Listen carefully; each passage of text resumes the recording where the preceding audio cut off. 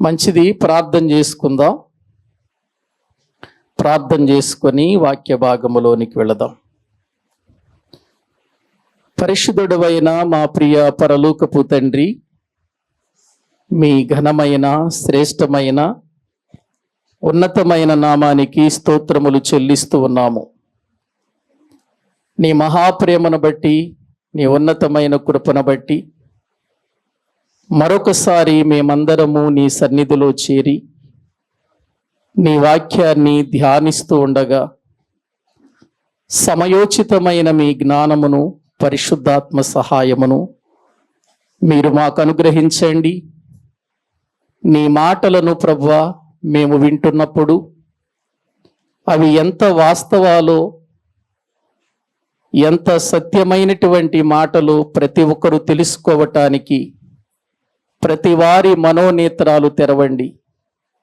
మీ వాక్యాన్ని గ్రహించున్నట్లుగా, నీ వాక్యానికి లోబడి జీవించున్నట్లుగా మమ్మల్ని అందరినీ సిద్ధపరచమని ప్రార్థన చేస్తూ, బోధిస్తున్న నాకు నీ పరిశుద్ధాత్మ సహాయమును, జ్ఞానమును ఇచ్చి నీ కృపలో బలపరిచి వినుచున్న వారు వాక్యపు లోతును తెలుసుకొని జీవించటానికి సహాయము చేయమని మీ కృపగలిగిన హస్తాలకు మమ్ములను మేము అప్పగించుకొనుచు యేసు క్రీస్తు ప్రభు పేరట ప్రార్థించి స్తుతించి వేడుకుంటున్నాము తండ్రి.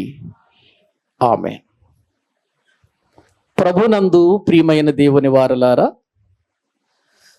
దైవ గ్రంథములో నుండి ఎన్నో విషయాలు, ఎన్నో సంగతులు మనము తెలుసుకుంటూ వస్తూ ఉన్నాం. మరి తెలుసుకుంటున్నటువంటి ఈ విషయాలలో మనము ఎంతగా దేవునికి ఉపయోగపడే పాత్రలుగా సిద్ధపడుతున్నాం,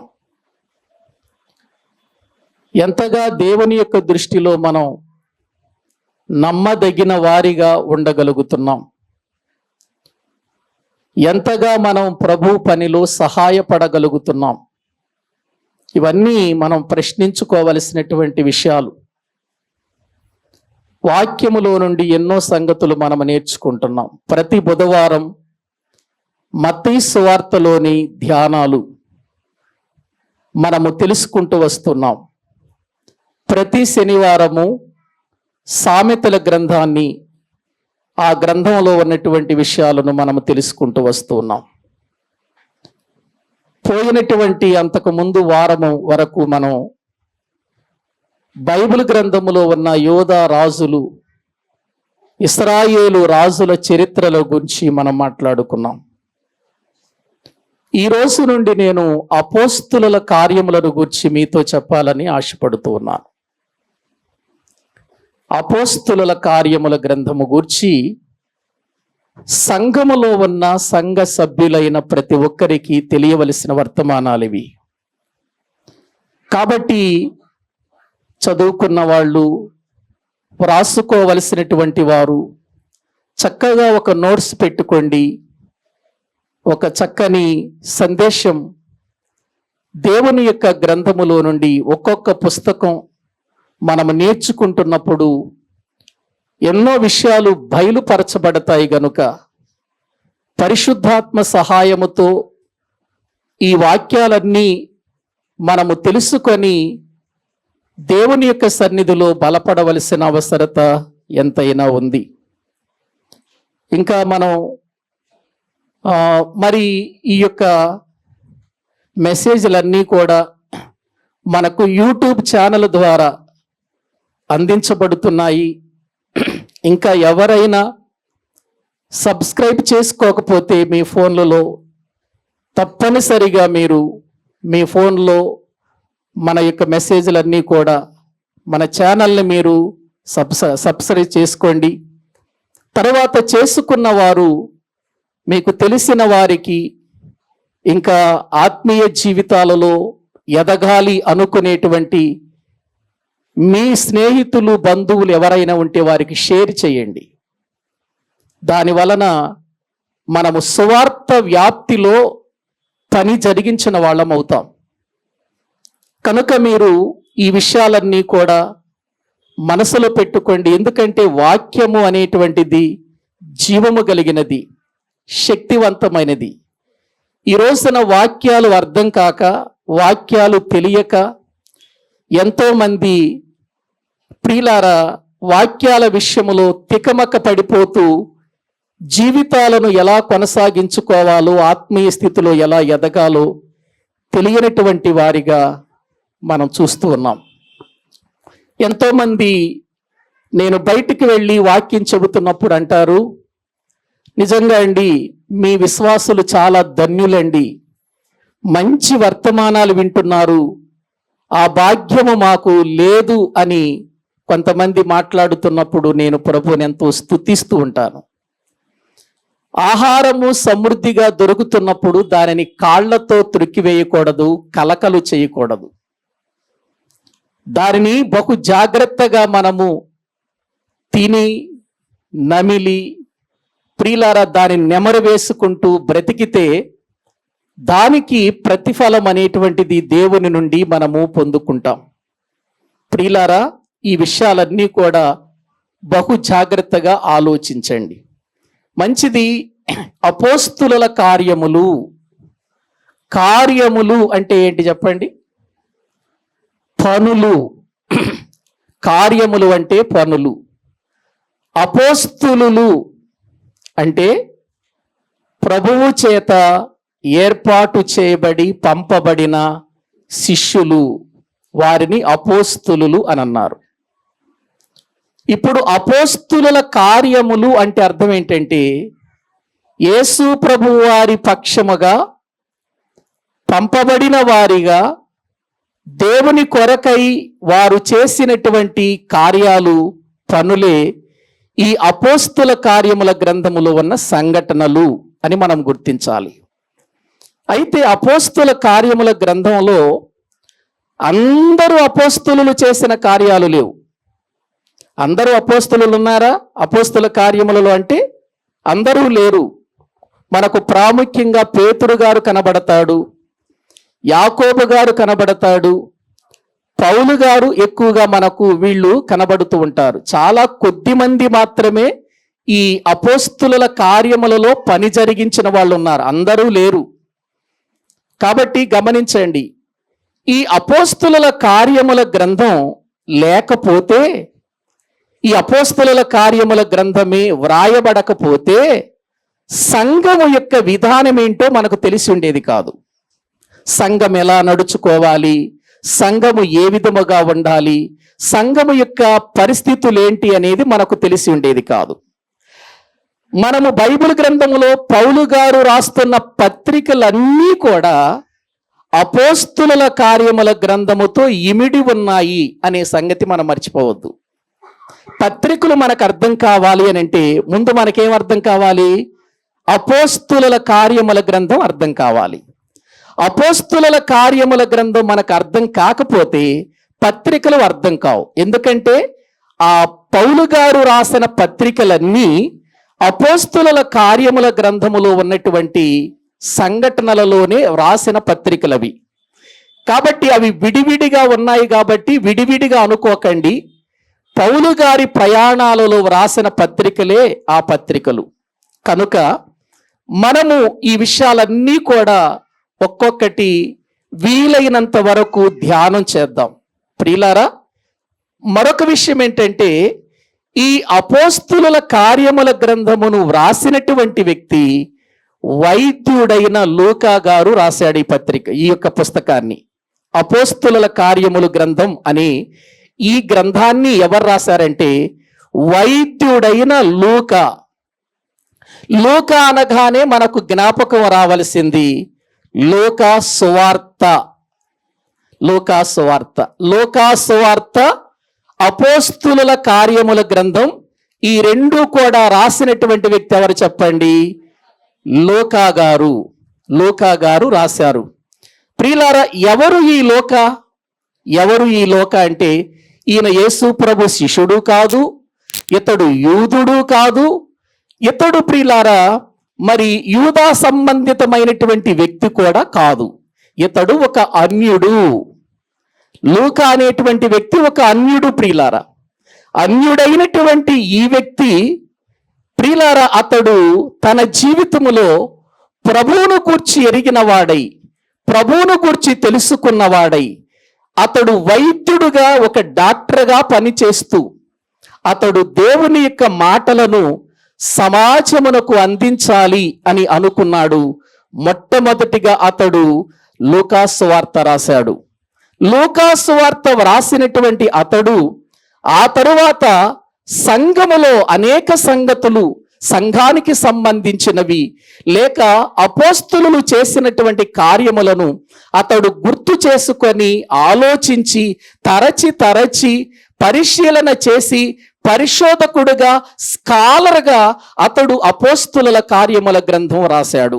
లూకా గారిని ఒక స్కాలర్ అని పిలవచ్చు, లూకా గారిని ఒక పరిశోధకుడు అని పిలవచ్చు. ఎందుకంటే డాక్టర్, ఒక డాక్టర్ అంటే ఆనాటి దినాలలోనే అతడు డాక్టర్గా ఉన్నాడంటే సామాన్యమైనటువంటి విషయం కాదు. ఎందుకంటే ఒక గొప్ప డాక్టర్, పైగా అన్యుడు, అతడు యూదా సమ్మతితమైన వ్యక్తి కాదు, యూదులకు చెందినటువంటి వాడు కాదు. యూదులకు చెందినవాడు కాకపోయినా అతడు దేవుని యొక్క మాటలను పరిశీలన చేసినట్లుగా లేఖనాలలో మనం చూస్తున్నాం. అతడు లూకాసు వార్త గాని అపోస్తుల కార్యముల గ్రంథం గాని వ్రాయటానికి కారణం పరిశుద్ధాత్మ ప్రేరేపణతో రాశాడు తప్ప అతడు సొంత విషయాలు ఎక్కడ కూడా చేర్చలేదు అనే సంగతి మనం గుర్తించాలి. ఇతడు పౌలు కాలములో పౌలుతో కూడా చాలా అద్భుతమైనటువంటి పని జరిగించిన వాడు. ప్రియులారా, ఇతని గూర్చి పౌలు గారు ఎంత చక్కని మాట రాశాడంటే, కొలస్సీలకు రాసిన పత్రిక చూడండి ఒక్కసారి. కొలస్సీలకు రాసినటువంటి పత్రిక 4వ అధ్యాయము, కొలస్సీలకు రాసిన పత్రిక 4వ అధ్యాయము దేవుని వాక్యములో 14వ వచనం చదవండి. 14వ వచనం, కొలస్సీలకు రాసిన పత్రిక 4వ అధ్యాయము 14వ వచనం. లూకా అను ప్రియుడైన వైద్యుడును. చాలండి. పౌలు గారు కొలస్సీ సంఘానికి ఉత్తరం రాస్తూ, కొలస్సీ సంఘానికి ఉత్తరం రాస్తూ ఎవరి పేరు మెన్షన్ చేస్తున్నాడు ఇక్కడ పత్రికలో? లూకా గారి పేరు మెన్షన్ చేస్తున్నాడు. ఏమని చెబుతున్నాడు? లూకా అంటలేదు, లూకా అనే వైద్యుడు అనట్లేదు. ఏమంటున్నాడు? ప్రియుడైన వైద్యుడు. లూకా అను ప్రియుడైన వైద్యుడు అని పిలుస్తున్నట్లుగా దైవ గ్రంథంలో మనము చూస్తున్నాం. అంటే దీన్ని బట్టి పౌలుకు లూకా గారికి ఉన్న సంబంధం ఎటువంటిదో మనకు అర్థమవుతుంది. పౌలు గారికి లూకా గారికి ఉన్న సంబంధం ఏంటో మనకు అర్థమవుతుంది. ప్రియులారా, లూకా గారి దేవునితో జత పనివాడైన లూకా అనేటువంటి అంశం మీద నేను ఒక ప్రసంగం చేశాను. అది మన ఛానల్లో ఉంది, మీరు తర్వాత చూడండి, మీకు అర్థమవుతుంది. ప్రియులారా, ఇక్కడ వాక్యంలో చూస్తే కొలస్సీ సంఘానికి ఉత్తరం రాస్తూ చెరసాలలో ఉన్నటువంటి పౌలు గారు ఏం చెబుతున్నాడు అంటే, కొలస్సీ సంఘస్థులారా, నాతో పాటు కొంతమంది వ్యక్తులు ఉన్నారు. ఆ వ్యక్తులలో లూకా అనేటువంటి ఒక వైద్యుడు కూడా ఉన్నాడు. అతడు నాకు ప్రియమైన వాడు. ఎటువంటి వాడు చెప్పండి? ఏమంటే ఒక దైవజనునికి ప్రియమైన వారు అని పిలుచుకోవటానికి కారణం ఏంటి? ఒక దైవజనుడు ఒక వ్యక్తిని, పైగా ఒక హోదాలో ఉన్నటువంటి వ్యక్తిని నా ప్రియుడు అనటానికి కారణం ఏంటంటే, ప్రియులారా, దైవజనునితో ప్రియులార పనివాడిగా, దైవజనుడు చెప్పినటువంటి విధానములో నడిచిన వ్యక్తిగా ఈ డాక్టర్ గారు మనకు కనబడుతున్నాడు. అందుకే ప్రియులార వాక్యంలో చూస్తే ఎంత వీళ్ళిద్దరికి సంబంధం ఉందంటే, పౌలు గారికి లూకా గారికి ఎంత గొప్ప సంబంధం ఉందంటే, ప్రియులారా వాక్యంలో మనం చూడగలిగితే ఒకసారి తిమోతికి వ్రాసినటువంటి పత్రిక కూడా చూడండి. ప్రియులారా, తిమోతికి వ్రాసినటువంటి 2వ పత్రిక దేవుని వాక్య భాగములో మనము చూడగలిగితే అక్కడ వ్రాయబడిన ఒక మాట మనము చూద్దాం. 4వ అధ్యాయం, తిమోతికి వ్రాసిన 2వ పత్రిక 4వ అధ్యాయము వాక్యములో నుండి మనము చూస్తే 10వ వచనం 11వ వచనం చదువుకుందాం. దేమ ఇహలోకమును స్నేహించి నన్ను విడిచి తెసలోనికకు వెళ్ళెను. క్రేస్కే గలతియకును, తీతు దళమతీయతకును వెళ్ళిరి, లూకా మాత్రమే నా యొద్ద ఉన్నాడు అని అంటున్నాడు. అంటే తిమోతికి రాస్తూ ప్రియులారా ఆఖరిసారి ఉత్తరం ఇది, పౌలు గారి ఆఖరి ఉత్తరం ఇది. ఏది? తిమోతికి వ్రాసిన ప్రియుల 2వ పత్రిక. ఈ పత్రిక తర్వాత పౌలు గారు చిరఛేదనం చేయబడతాడు, అంటే చంపబడతాడన్నమాట. ప్రభు కోసం హతసాక్షిగా మారతాడు. ఆ సమయంలో పౌలు గారు ప్రియులారా తిమోతికి ఉత్తరం రాస్తూ, తిమోతి, ఎక్కడి వాళ్ళు అక్కడికి వెళ్ళిపోయారు, లోకాతో దేమా ఉన్నాడు తోడుగంటే, దేమానేమో ఇహలోక స్నేహాన్ని అతడు స్నేహించి వెళ్ళిపోయాడు. కొలసీలకు రాసిన పత్రికలు కూడా దేమా కనబడుతున్నాడు కదా, అక్కడ కలిసే ఉన్నారు, అక్కడ బాగానే ఉన్నారు. ఆ తర్వాత ఈ దేమాకి ఏమొచ్చిందో గాని అతడు లోకంలో కలిసిపోయి లోకాన్ని స్నేహించి దేవుని విడిచి పౌలు గారిని విడిచి వెళ్ళిపోయాడు. ప్రియులారా ఆ తర్వాత ఇంకా కొంతమంది ఉన్నారు, వాళ్ళ పనుల్లో వాళ్ళు ఉన్నారు. చివరిగా వృద్ధాప్యములో పౌలు గారి యొక్క జీవితంలో ఆఖరిసారి వరకు పౌలు గారితో కూడా కలిసి పౌలు గారిని ఉన్న వ్యక్తి ఎవరంటే డాక్టర్ లూకా. వైద్యుడైన లూకా, ప్రియుడైన లూకా. లూకా మాత్రమే నా యొద్ద ఉన్నాడు అని వాక్యంలో చూస్తాం. ఇంకా ఈ లూకా డాక్టర్గా దేవునితో ఉంటూ దేవుని జతపనివానిగా లేక పౌలు గారితో సహకారిగా ఉంటూ ఇతడు జైలు కూడా అనుభవించాడండి. ఫిలోమోను రాసిన పత్రిక చూడండి. ఫిలోమోను రాసిన పత్రిక ఒకే అధ్యాయం ఉంటుంది కదా, ఒకే అధ్యాయం ఉంటుంది. 23వ వచనాన్ని మనము చదువుకుందాం. ఇది తిమోతికి రాయక ముందు రాసిన పత్రిక. ఇది ఫిలోమోనుకు రాసిన పత్రిక 23వ వచనం. క్రీస్తు యేసునందు నా తోడి ఖైదీ అయిన ఎపఫ్రా, నా జత పనివారైన మార్కు, అరిస్తార్కు, దేమా, లూకా వందరములు చెప్పుచున్నారు. చూడండి ప్రియులారా, పౌలు గారితో పాటు ఖైదీగా ప్రియులారా ఉన్నటువంటి సమయములో ఇదిగో ఎపఫ్రా కనబడుతున్నాడు అక్కడ, తర్వాత మార్కు కనబడుతున్నాడు, అరిస్తార్కు కనబడుతున్నాడు, దేమా కనబడుతున్నాడు, లూకా. వీళ్ళందరి గురించి ప్రియులారా నేను చెప్పాను, మీరు నెట్లో చూసుకోండి. వీళ్ళందరి గురించి చెప్పిన మాటలు ప్రసంగాలుగా ఉన్నాయి, గ్రహించండి. వీళ్ళతో పాటు లూకా గారు కూడా ఉన్నాడు. ఇక్కడ ఒక విషయాన్ని మీకు తెలియాలి. కొలసీలకు రాసిన పత్రిక, ఫిలోమోను రాసిన పత్రిక ఒకే సమయంలో రాసిన పత్రికలు. ఇవి మీరు అర్థం చేసుకోవాలి. కొలసీలకు రాసిన పత్రిక, ఫిలోమోను రాసిన పత్రికలు ఒకేసారి వ్రాసిన పత్రికలు, జైల్లో ఉండి వ్రాసిన పత్రికలు. గమనించండి, ఇక్కడ మనకు లూకా అనే వ్యక్తి కొరకు నేను ఈ మాటలు చదివిస్తున్నాను. లూకా వైద్యుడిగా కనబడుతున్నాడు, లూకా ఒక ప్రియమైన వాడిగా కనబడుతున్నాడు, లూకా దేవుని జత పనివాడిగా కనబడుతున్నాడు, లూకా దేవుని కొరకు తన జీవితాన్ని అప్పగించిన ఒక మంచి వ్యక్తిగా కనబడుతున్నాడు.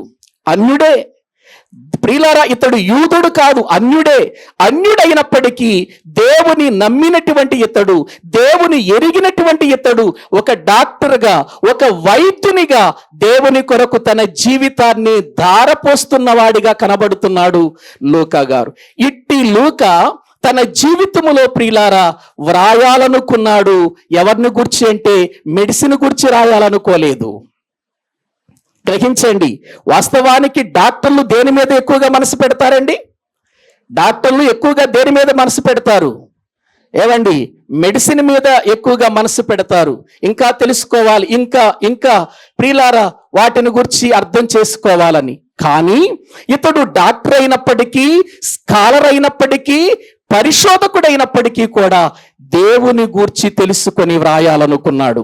దేవుని గూర్చి అనేక సంగతులు ప్రియులారా తరచి చూడాలనుకున్నాడు. అందుకే అతడు మొట్టమొదటిగా వ్రాసిన పుస్తకం లూకా సువార్త. అందుకే ఈ అపోస్తుల కార్యములు రాస్తూ ప్రియులారా ఈ పుస్తకాలు ఎవరి కొరకు రాస్తున్నాడో ఒక్కసారి చూడండి. అపోస్తుల కార్యముల గ్రంథం మొదటి అధ్యాయం వాక్యములో నుండి మొదటి 2 వచనాలు మీరు చదవండి. ప్రియులారా, అపోస్తుల కార్యముల గ్రంథం 1వ అధ్యాయము మొదటి 2 వచనాలు మనము చదువుకుందాం.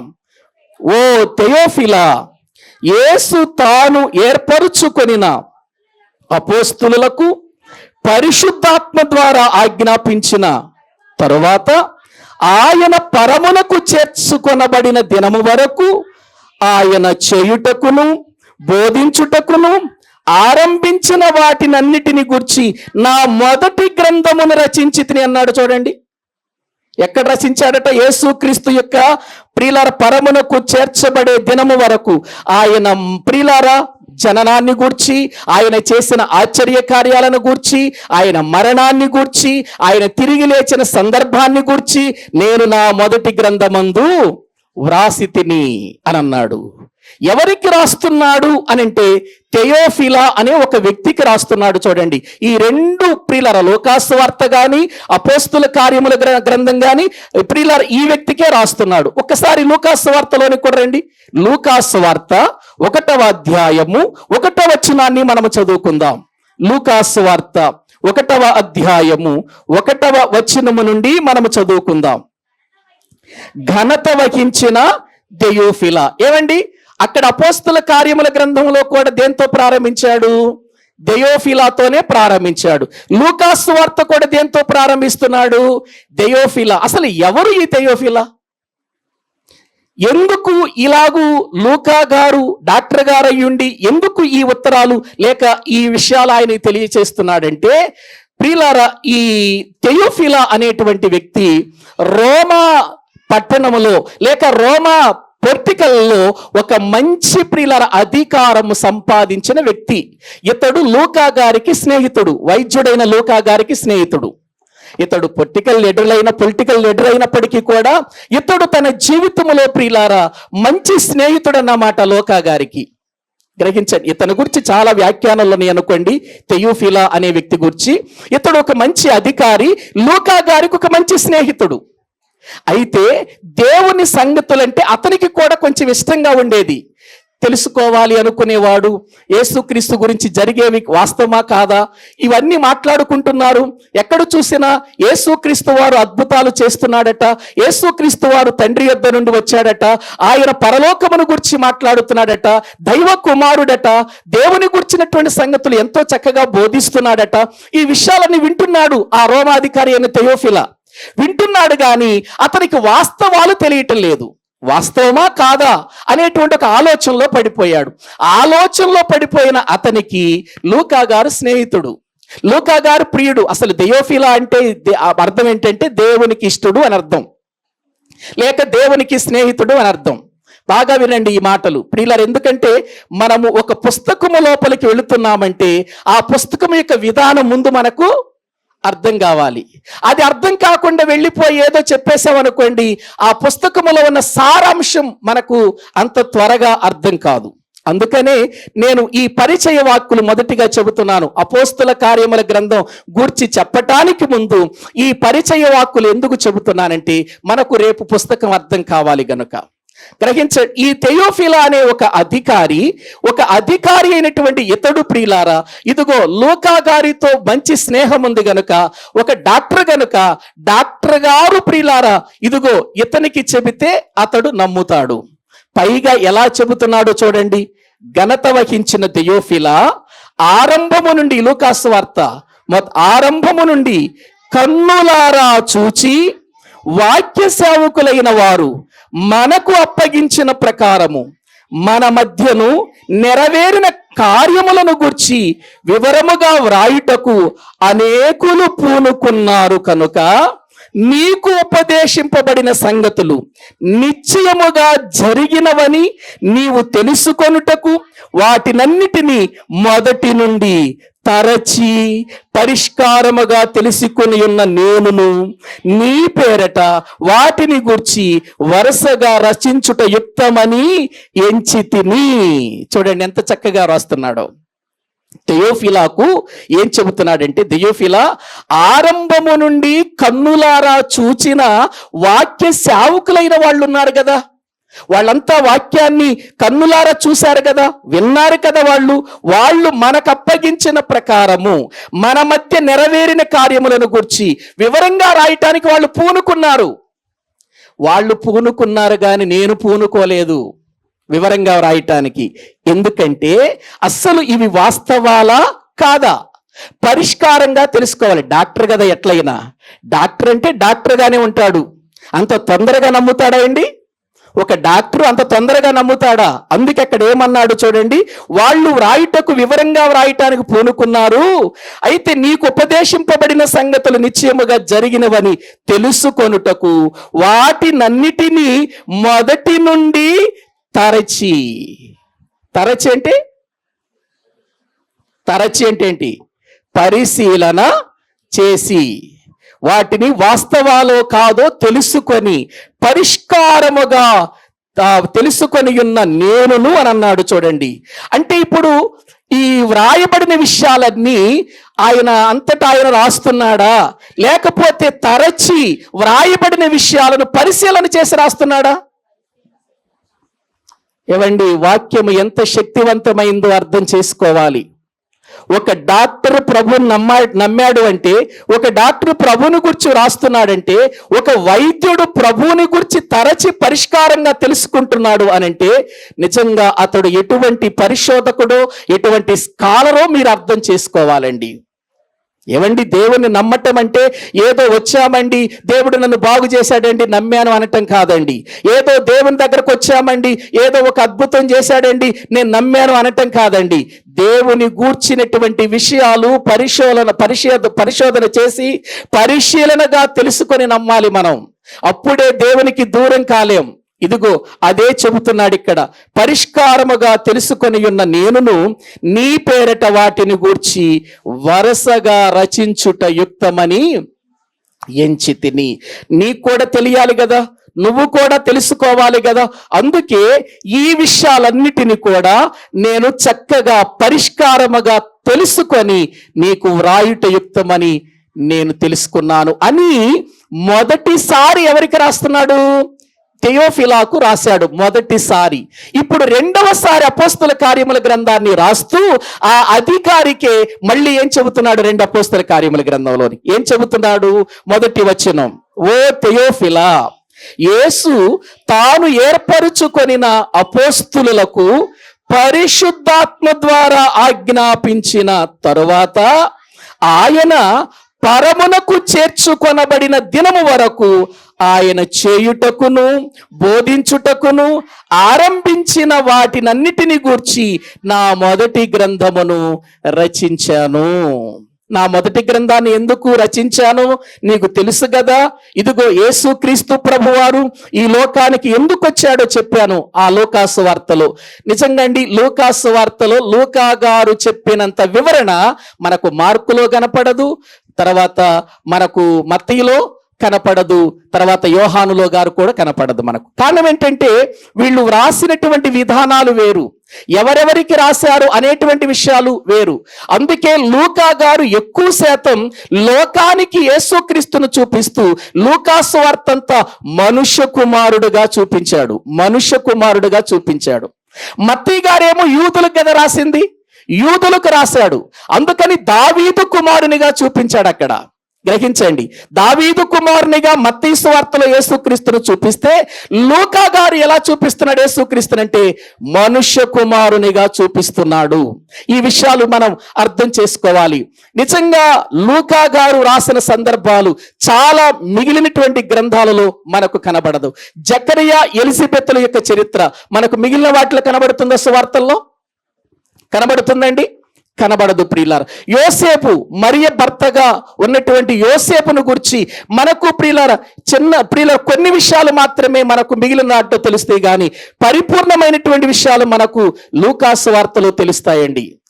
అటువంటి సంగతులు మరి లూకా గారు తరచి పరిశీలన చేసి వాస్తవాలా కాదా అని తెలుసుకొని వ్రాసాడు. కాబట్టి ఇందులో ఉన్నవి 100% ఖచ్చితమైన మాటలే, ఎక్కడ అవాస్తవాలు అనేటువంటివి లేవు.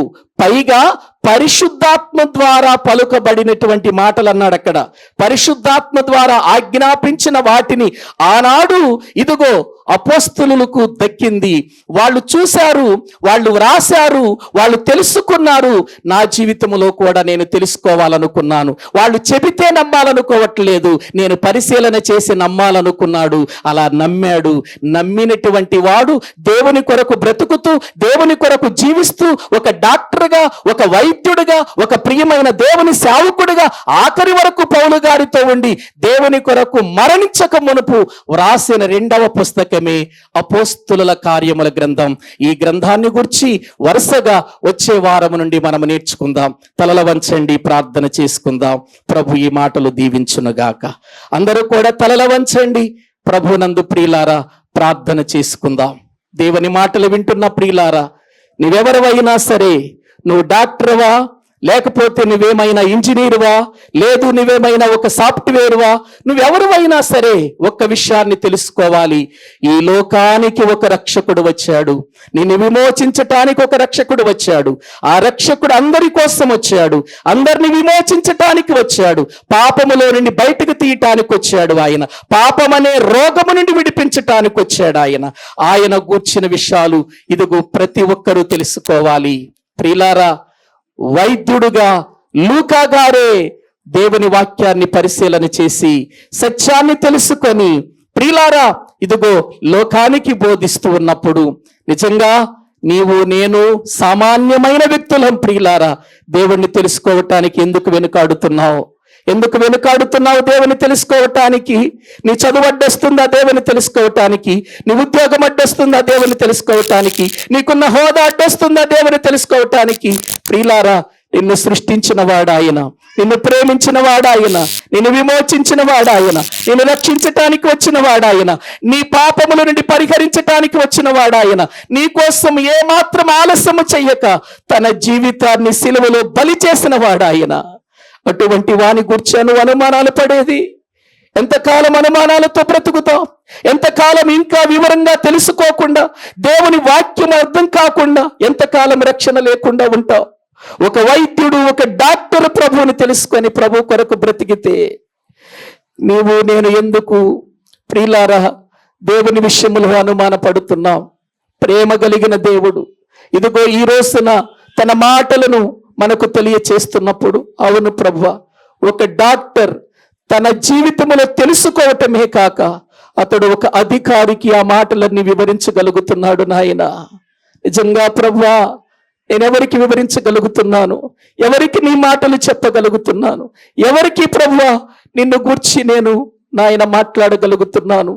ఒక్కసారి మనం ఆలోచించుకొని ప్రభు సన్నిధానములో పరిశీలన చేద్దాం. ప్రియులారా, ప్రభు బల్ల యొద్దకు వస్తున్నాం. రక్షించబడిన ప్రతి వ్యక్తి ఆయన మరణమును గురించి ప్రచురించాలని వాక్యం చెబుతుంది. ప్రభు యొక్క రొట్టె తిని ప్రభు రక్తములో పాలు పంపులు పొందే ప్రతి ఒక్కడు ఆయన మరణాన్ని గురించి ప్రకటించాలి అని లేఖనాలు చెబుతున్నాయి. మరి మనం ప్రకటించగలుగుతున్నామా? మనం ఎవరికైనా చెప్పగలుగుతున్నామా? మన ఇంటి వారికైనా దేవుని సంగతులు చెప్పగలుగుతున్నామా? రక్షణ పొందని మన స్నేహితులకైనా దేవుని గురించి చెప్పగలుగుతున్నామా?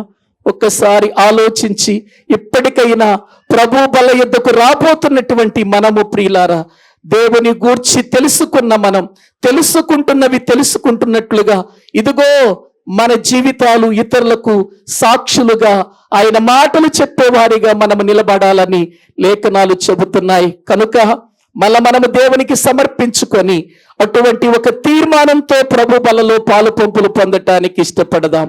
ప్రార్థన చేసుకుందాం. పరిశుద్ధుడైన మా ప్రియ పరలోకపు తండ్రి, మీ ఘనమైన శ్రేష్టమైన ఉన్నతమైన నామానికి స్తోత్రాలు చెల్లిస్తున్నాం. తండ్రి, లూకా అనే ఒక వైద్యుడు ఏ విధముగా నీ కార్యాలు రాయటానికి పూనుకున్నాడో మీ వాక్యములో నుండి మేము ఈ రోజు నుండి పరిశీలన చేయబోతున్నాం. అనేక సంగతులు మేము నేర్చుకొని మా ఆత్మీయ జీవితములో మేము బలవంతులుగా మీ సన్నిధిలో శక్తిమంతులుగా ఎక్కడ డౌట్స్ అనేది లేకుండా మేము ఖచ్చితంగా ప్రభువా నీ వాక్యానికి లోబడి జీవించినట్లుగా తగిన సహాయము చేయండి. మీ సన్నిధి మాతో ఉంచండి.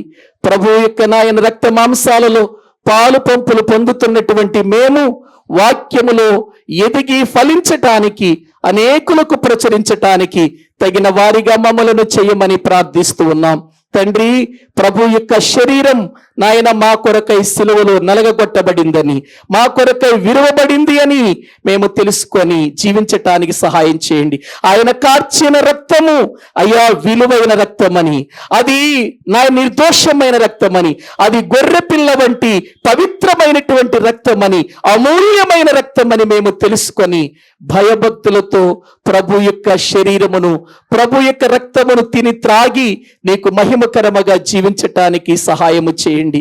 మా ఎడల మీరు చేసిన ప్రతి కార్యమును బట్టి మీకు స్తుతులు స్తోత్రములు చెల్లిస్తూ ఈ స్తుతి ఆరాధన మా ప్రభువైన క్రీస్తు పేరిట మాకు మేముగా మీకు సమర్పించుకుంటున్నాము తండ్రి.